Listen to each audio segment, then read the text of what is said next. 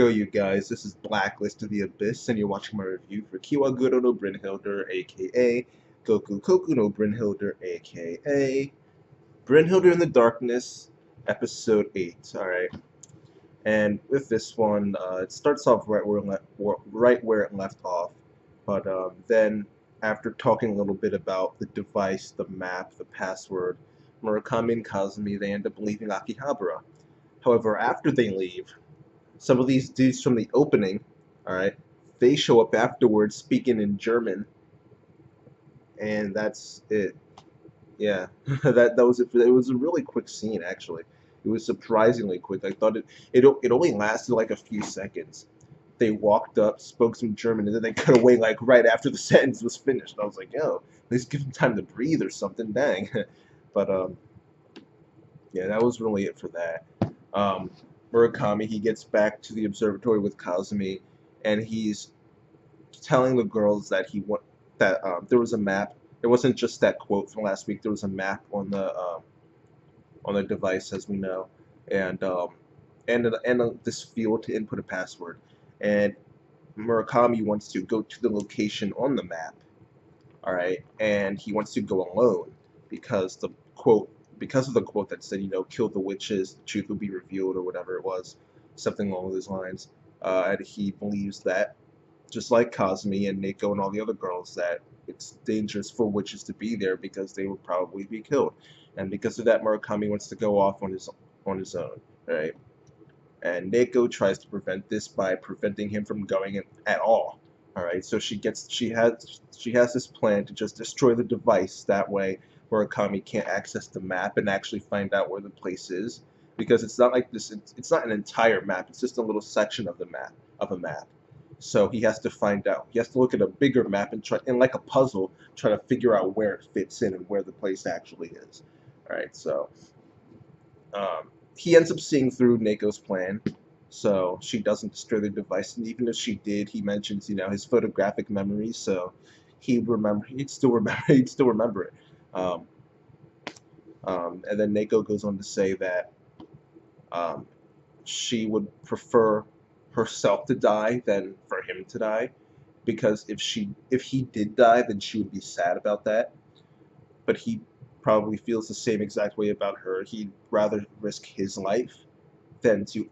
He would much rather risk his life than just watch her die, because he would be sad if she did die. So, uh, yeah, he ends up going. He ends up going anyway. He gets on the bus, goes back to his house, and at his house, he tries to figure out where exactly that piece of the map is in terms of the whole map. He tries to figure out where exactly the place is.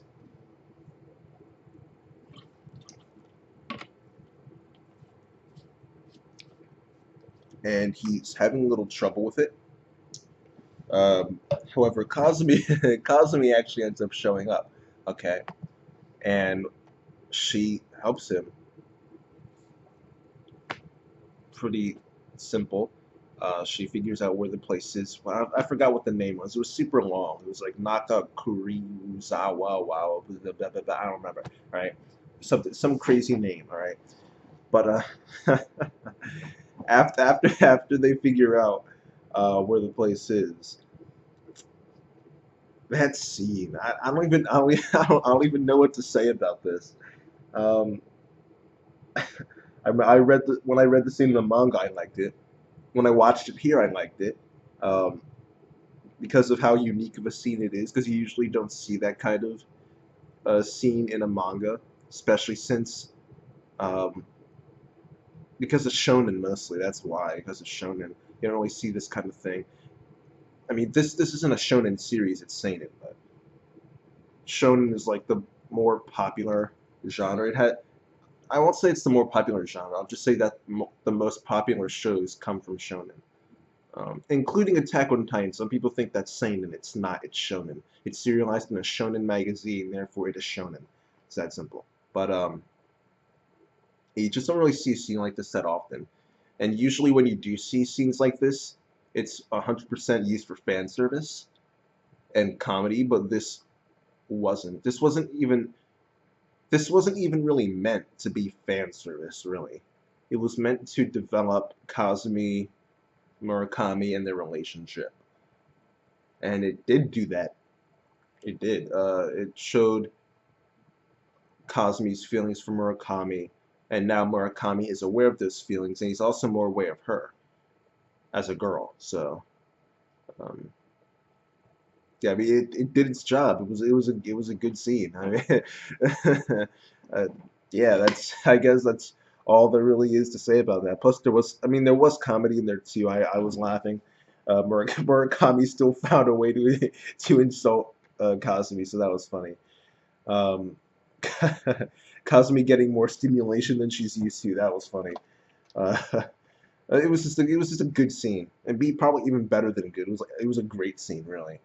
And after that exciting night that Murakami had, he ends up going to the church in Nakakurizawa or whatever the place is called. All right, and when he gets to the church, it's all busted up and just destroyed, really. All right, so he believes that those people, the people who left that message on the device, the people who said they would reveal the truth after the witches were killed, he believes that those people were attacked, all right, by the witches and the government and Ichijiku and Aoi and just the council people. He thought they were attacked, all right, and taken care of. Okay. However, just to confirm his beliefs, he goes to this woman who's at some tea place, something like that, and asks her about the church and what happened to it. And she says that one night there was this loud noise. Uh, no one went to check it. Oh, people probably went to check it out, but it wasn't reported in the papers and the news or anything. No, no one goes around there anymore. All right. So yeah, she tells him that, but she also ends up reporting him to the police. When Murakami's walking away, you hear her say, I should be the one apologizing to you." So, I mean, I get there's more than meets the eye when it comes to the church, obviously.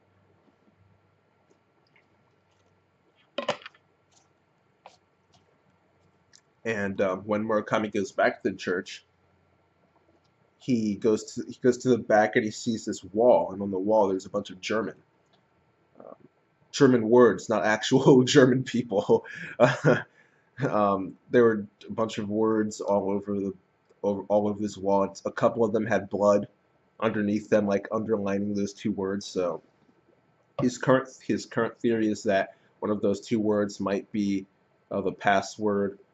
Um, maybe not. Maybe they're phrases. Maybe rather than being the password, they're actually hints for the password. Because he should ask Kazumi, since she knows German. He has a photographic memory, so I'm sure he probably remembers every single word that was written on there. So he should, excuse me, he should just ask her, but who knows if he actually will or not. But yeah, after he looks at the wall, he ends up getting caught by the cops. They arrest him for breaking and entering. I mean, it's a forest, and like anybody. I don't see how it's break. Like, is it like how he's just a random tourist? How is he supposed to know that that is someone else's property? It's like it's a church. Everybody is welcome inside of a church, and the church is in the middle of a forest. Why is like what? What? How? What? Like, I just the fact that he can be arrested for walking in a public area is just weird. I mean, whatever. It doesn't really matter. Neko ends up showing up, saving him. Kotori as well. They show up. They all save him because Kana had a forecast that he would be shot running away from the cops. So, yeah. They end up using their powers to help him out, and the police end up seeing them use their powers, which ends up being relevant later. But after they get away, Neko, Kotori, and Murakami end up having this it was actually a pretty nice conversation that they had, because if you look at the beginning of the series, the witches didn't really want Murakami's help. They wanted to keep him safe and just not get him involved, and they wanted to do everything on their own. But Murakami was able to make them realize that he could help them, and he did help them, and it's because of him that they're alive right now. But now you kind of get the opposite happening, where now Murakami's the one saying that they should just stay there because they could get hurt if they follow him. Now he's the one trying to do everything on his own, and they're saying, like, no, we can help you. And so it's, and now he's alive because of them saving him. So it's kind of interesting how that goes. And so I like the conversation that they had here because it kind of really pushes that point home. Um, yeah, so that's that. Um, After that, we get this little mini scene of Kogoro. He's saying that those cells that were inside that little capsule thing, um, he says that they might actually be from a fertilized alien egg. So he, for Kogoro, of all people to say that, you know it actually means something. He's not just saying it. It's legit, probably true. He's probably 99.999% sure right now. Okay, so that's something. That's a little bit of development there for the overarching story. Um, and then, actually, yeah, this is when the stuff with the police happens. So after that, we see Ichijiku and Aoi. All right, and because the police saw two witches, specifically 1107 and 7620. So we know either Kotori or Neko was 1107. However, those were the two girls that I originally thought were 1107, so it doesn't really help me out at all. But I'm still leaning towards the Neko in this one, so yeah. But Ichiku ends up telling Aoi to go get Nanami and have her deal with the policeman. All right, and when the policemen look at her face, their memories of what happened change, and they forget about the fact that they saw magic being used. So yeah, that's interesting. So that's essentially what her power is. It's like memory manipulation of some sort. Um, but we do know that there are some limitations and some conditions for her power, though, because you see Aoi the entire time he's with her, he has sunglasses on. Plus, her power didn't activate until the policeman saw her face. And when Aoi actually releases Nanami into the wild like a Pokemon, and she just goes off, she lifts her dress up, and in order to get people's attention, and once she gets those people's attention, then her eyes start to shine. So you can tell that her power requires some type of eye contact, or at the very least, people's attention to be on her. Um, and because of Aoi wearing sunglasses, you can tell that she can't use her power unless she can see your eyes. And that's his version of protection from having her use her powers against him and just escaping entirely. Though she has a beacon, so she can't really escape, but whatever. So yeah, that's that for Nanami. So I'm looking forward to it. I really like Nanami, so I think she's a really good character. I like her little mini arc here. So yeah.